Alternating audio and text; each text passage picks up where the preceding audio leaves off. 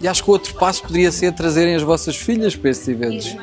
Talvez aí poderiam ter um fator acelerador sobre este problema. Nós também tomamos para nós esta responsabilidade. Às vezes nem é preciso a pressão. Nós também nos oferecemos, somos voluntariosas.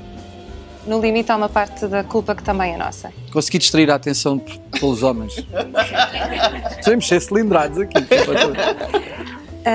Centraríamos então agora a nossa conversa no talento e eu trago uma citação para quem gosta de literatura de uma escritora célebre do século XX, a brasileira Clarice Lispector, que diz: vocação é diferente de talento. Pode-se ter vocação e não ter talento, isto é, pode-se ser chamado e não saber como ir. O Tiago, que começa a sua vida profissional no mundo corporativo, com o qual se desencanta, depois conhece numa outra organização as mecânicas de recrutamento e agora trabalha como especialista do talento, que é, trabalha essa matéria fundamental que é o talento. Conte-nos exatamente como é que olha para o talento. Eu acho que é importante perceber que o talento não existe nas organizações. O talento existia muito antes de haver, inclusivamente, organizações. O primeiro passo é esse, nós olhamos para o talento dentro daquilo que é a estrutura da organização. E uma das coisas que as pessoas realmente não conhecem é a parábola dos talentos na Bíblia. Há muitas vezes que engraçado, os talentos, e só isso é uma coisa maravilhosa. A parábola dos talentos tem uma coisa que é importante do ponto de vista histórico, não é? Porque o talento é a palavra que primeiro se utilizou para a moeda. Portanto, antes da moeda existir, um talento eram mais ou menos 32 quilos e era aquilo que os seres humanos usavam para fazer troca. Se eu quisesse trocar galinhas por porcos, quantas galinhas vale um porco, usava-se uma medida de peso. Depois, porque as pessoas fartam-se de trocar galinhas por porcos, inventou-se a moeda. Portanto, a primeira moeda chama-se talento. E eu uso essa metáfora muitas vezes para desdogmatizar esta perspectiva que nos trai sempre, que é a eterna discussão sobre se o talento é nato ou se desenvolve, se o talento é potencial ou performance. E o problema do talento é precisamente esse. Uma moeda, apesar de ser una, tem duas faces e as pessoas têm muita dificuldade, a partir do momento em que introduzem uma ideia na sua cabeça, de sustentar outra que seja possível e conciliável. Portanto, talento é simultaneamente potencial e performance e é utilizado exatamente das duas maneiras. Enquanto não formos capazes de olhar para o talento não como uma pergunta de mas e, nós não vamos a lado nenhum.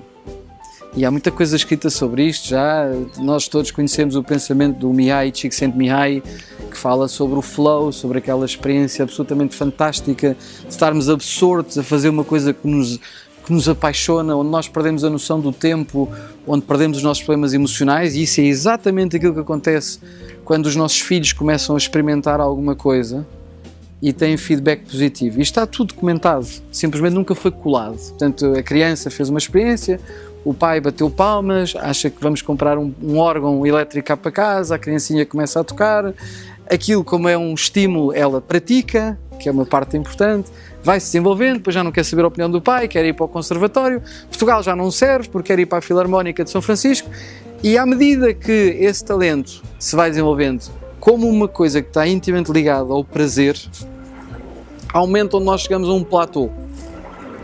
E nesse momento nós temos que inverter, é quase como se fosse um motor híbrido de um carro.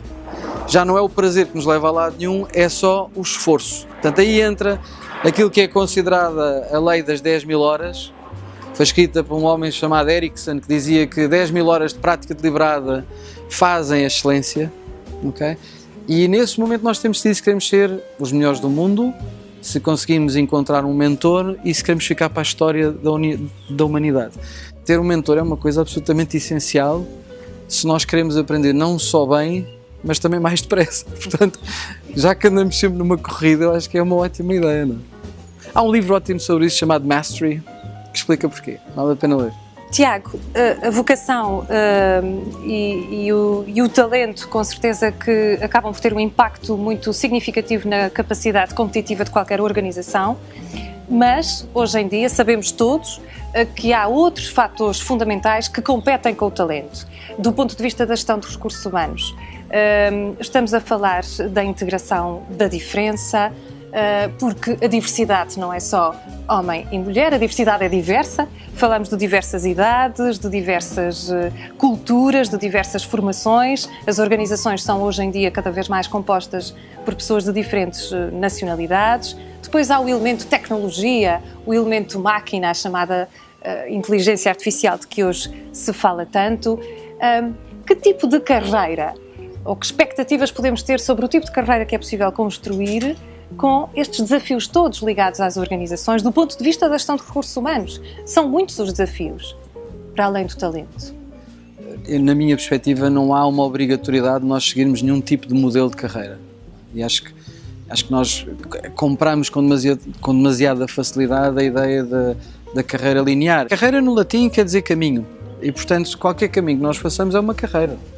Nós é que, com demasiada facilidade, assumimos que isso é uma série de pontinhos muito bem ordenados dentro de uma organização e que tem uma coerência qualquer ou uma forma fácil de ser entendida. Eu acho que as organizações hoje não vão conseguir se ingrar se tiverem lá pessoas que estão à espera disso.